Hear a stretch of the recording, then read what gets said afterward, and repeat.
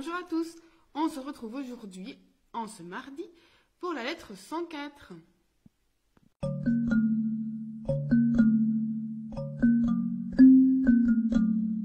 Dans cette lettre 104, Sénèque nous raconte qu'il est parti, il a quitté Rome, parce qu'il avait la fièvre, et il ne se sentait pas bien.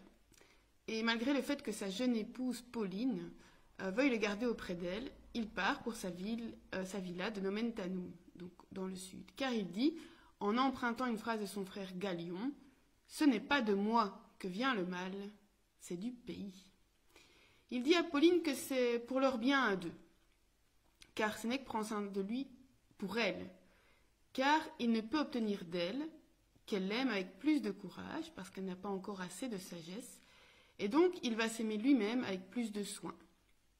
Celui, dit-il, qu'il n'est pas retenu par l'amour de son épouse ou d'un ami, c'est un égoïste. Le dévouement pour autrui, c'est le signe d'une âme généreuse. L'homme honnête doit rester ici tant que c'est nécessaire, donc ici sur la terre tant que c'est nécessaire, et non pas tant qu'il lui plaît. Et dans son cas, eh bien, il trouve un beau salaire à rester en forme auprès de sa Pauline, parce que l'amour de sa jeune épouse renforce son propre amour pour lui-même. Alors, arrivé dans sa villa, il s'en est tout de suite senti mieux, loin de la pollution de Rome, comme, alors il utilise une image qui est assez amusante, comme le cheval qu'on rend à sa prairie. Vous avez peut-être déjà vu des chevaux qui rentrent dans leur prairie et qui font des cabrioles, qui sautent, voilà. J'imaginais bien Sénèque sautiller et danser comme ça, parmi ses vignes. Mais il dit, attention, dans son cas, ça lui a fait du bien, mais le lieu ne fait pas tout. Si on ne possède pas dans son esprit un lieu de retraite qui est loin des préoccupations, eh bien peu importe le lieu où on sera toujours tourmenté. Socrate disait « Tecum enim peregrina baris ». Bon, il le disait en grec évidemment. C'est-à-dire que tu voyageais avec toi. Et donc si tu voyages avec toi, si le mal est en toi, il ne te quitte pas. Il est impossible de se sauver loin de soi-même, et bien souvent, on est son premier persécuteur, son premier corrupteur et son premier épouvantail. Donc on se fait peur à soi-même. Il dit donc c'est toi qu'il faut changer, sinon tu emportes toutes tes pensées avec toi. Tu craindras d'être moins riche, d'être moins prestigieux, et même si ce n'est pas vrai, tu vas voir ce qui est le moins bien, au lieu de voir ce que tu es et ce que tu as déjà. Tu craindras la mort. Or, c'est justement la peur qui est le mal. C'est le fait de craindre la mort, ce n'est pas la mort en elle-même. Et même en temps de paix, tu auras peur et en fait ça deviendra une habitude. Tu fuiras au lieu d'éviter, mais rappelle-toi qu'on donne davantage de prise au danger lorsqu'on lui tourne le dos, au lieu de l'affronter. Et quand tu perdras quelqu'un, quelqu'un de cher qui disparaît, tu dois te rappeler que nos êtres aimés sont en fait comme les feuilles sur les arbres. Alors ça tombe bien en cette saison d'automne. Il faut en profiter tant qu'ils sont là, mais tu sais qu'ils sont destinés à disparaître. Alors il dit qu'il faut tempérer l'espoir et la crainte l'un par l'autre, c'est-à-dire espérer avec méfiance et se méfier avec espoir. Donc j'en parlais dans la dernière lettre justement, de la méfiance. Alors un changement de lieu n'a jamais profité vraiment pour apaiser l'âme. Au début peut-être, c'est comme un enfant qui découvre quelque chose de nouveau, il y a l'attrait de la nouveauté. Mais finalement, les déplacements, l'agitation vont aggraver le cas. Ça, il l'avait déjà dit, que le fait de trop voyager quand justement notre âme n'est pas fixe et stable, ça aggrave le mal. Tout ce que tu pourras découvrir lors de tes voyages, alors il fait un peu une énumération, le Nil, voilà, toutes les merveilles qu'on peut voir, eh bien cela, ça ne va pas nous rendre ni meilleurs, ni plus sages. C'est par l'étude des sages que l'âme se libère et qu'elle devient indépendante.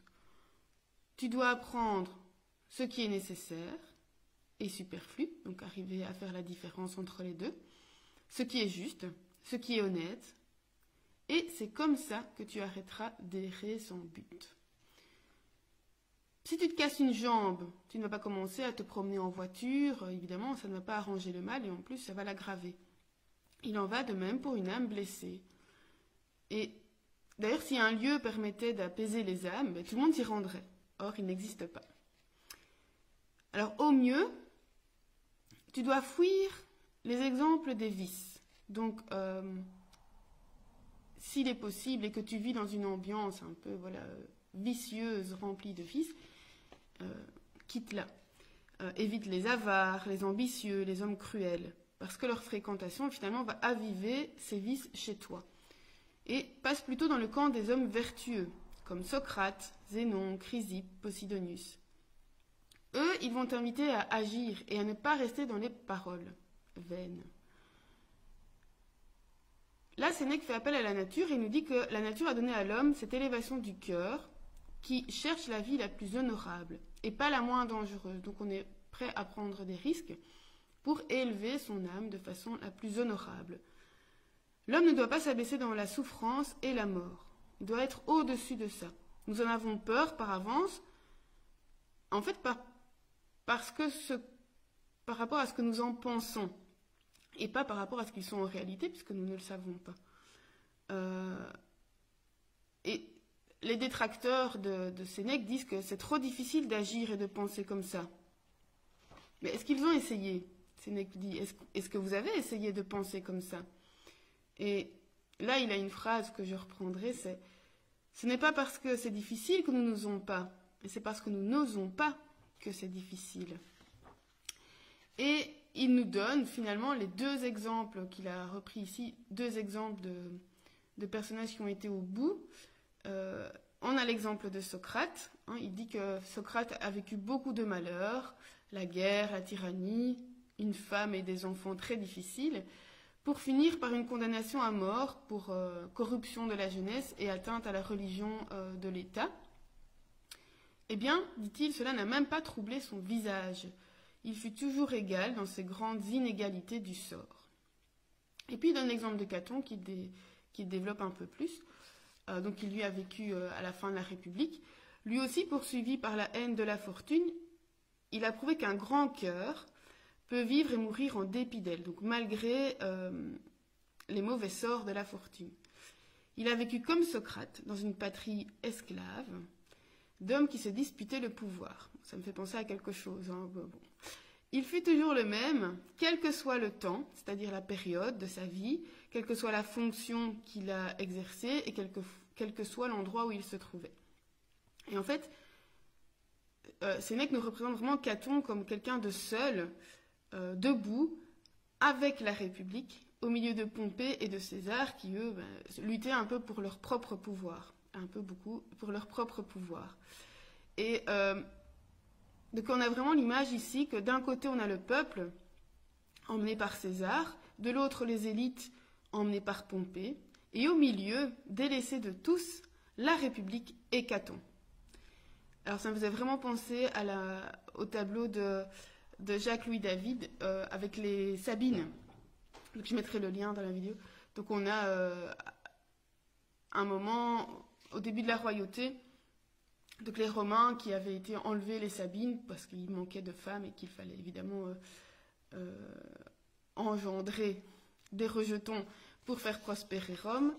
Et évidemment, donc ils avaient été enlevés les Sabines et par la suite il y avait évidemment eu une bataille entre les Albins, entre les Sabins et les Romains. Et on voit ce tableau où une Sabine se dresse debout en écartant, vraiment toute seule, en rejetant d'un côté les Sabins, de l'autre côté les Romains. Et ça me faisait vraiment cette image de Caton, debout, seul, au milieu des gens qui ont vraiment perdu la tête, qui se battent, ils savent même vraiment plus spécialement pourquoi ils se battent. Et lui, il reste là, debout, pour ce qu'il pense être juste et ce qu'il pense être pour le bien commun, le bien de tous, en disant « Moi, je garde la tête froide, vous vous battez pour n'importe quoi. Est-ce que vous avez pensé à la République ?» Et Sénèque termine en disant qu'il faut rejeter les voluptés, les richesses, évidemment tous les vices, les richesses qui sont en fait le salaire de temps d'esclavage. Et la seule chose qui serait à rechercher, c'est la liberté. Et la liberté, eh bien, elle doit nous coûter. Elle ne peut pas s'acquérir gratuitement. Non potest gratis constare libertas.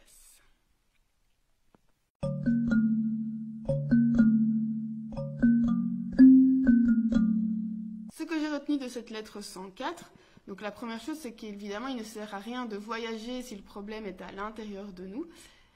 Évidemment, on va l'emmener avec soi. Le fait de changer de lieu, de changer de métier, changer de famille, parfois. Est-ce que c'est ça la solution? Parfois, ça peut être la solution, et il faudrait d'abord se poser la question, est-ce que le problème n'est pas personnel et intérieur? Alors évidemment, si ce n'est pas ça le problème, un changement de lieu peut être salutaire pour la santé. Évidemment, Sénèque, dans son cas, parle de la pollution de Rome. Dans mon cas, je suis assez contente de vivre à la campagne quand je vois que j'évite les embouteillages le matin, la pollution. Voilà, donc je reste ici. La deuxième chose, c'est qu'il faut pouvoir continuer ou savoir continuer à vivre pour ceux qui n'ont pas encore la sagesse de reconnaître que nous sommes humains, donc fragiles, donc mortels. Donc c'est le cas de Sénèque qui dit, moi je continue à prendre soin de moi, pas pour moi, mais pour l'amour que Pauline me porte.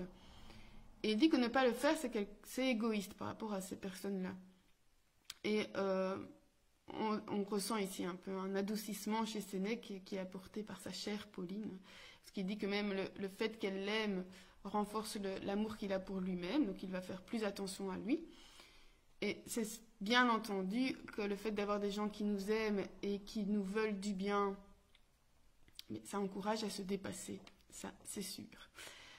Et la troisième chose que je voulais retenir, c'était évidemment l'exemple des exemples. Donc l'importance des exemples. Donc ici, Sénèque nous en donne plusieurs, Socrate, Caton, Chrysippe, Zénon. Évidemment, à chacun de trouver ces exemples contemporains ou plus modernes.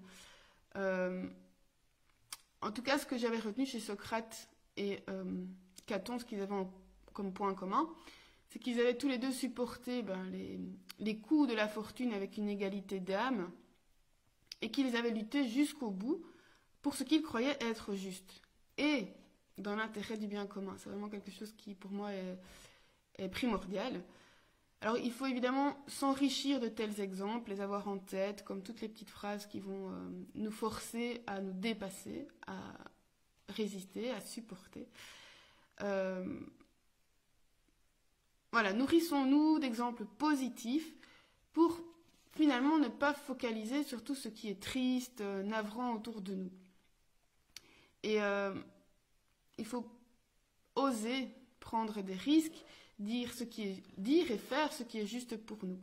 Parce que c'est vraiment, la phrase que j'ai retenue, vous doutez peut-être, c'est bien celle-là, non quia difficilia sunt non audemus, sed quia non audemus difficilia sunt. Donc c'est pas parce que c'est difficile que nous n'osons pas, c'est parce que nous n'osons pas que c'est difficile. Et souvent, on n'ose pas parce qu'on se fait une idée, une idée sur quelque chose qu'on voudrait mettre en place. Moi, je pense à mon exemple ici. Pour le moment, j'essaie de travailler dans mon métier d'enseignante de façon différente. Et jusqu'à maintenant, je n'osais pas réellement le mettre en place. Donc j'avais toutes les idées, mais je n'osais pas le mettre en place. Et ici, petit à petit, j'ose des choses. Parfois, ça ne marche pas. Et souvent, ça fonctionne. Et je suis assez contente de ce que ça donne. Mais voilà, au début, je n'osais pas parce que je me dis, ça ne va jamais marcher. Et là, hop, je me nourris d'exemples, des gens qui osent. Et je me suis dit, allez, Delphine, lance-toi. Et donc, c'est vraiment ça qui nous bloque souvent, c'est l'image qu'on se fait de quelque chose. Donc, bousculons-nous, avançons. Et la plupart du temps, ça se passe bien. Je vous retrouve la semaine prochaine pour la lettre 105. D'ici là, portez-vous bien ou à l'été.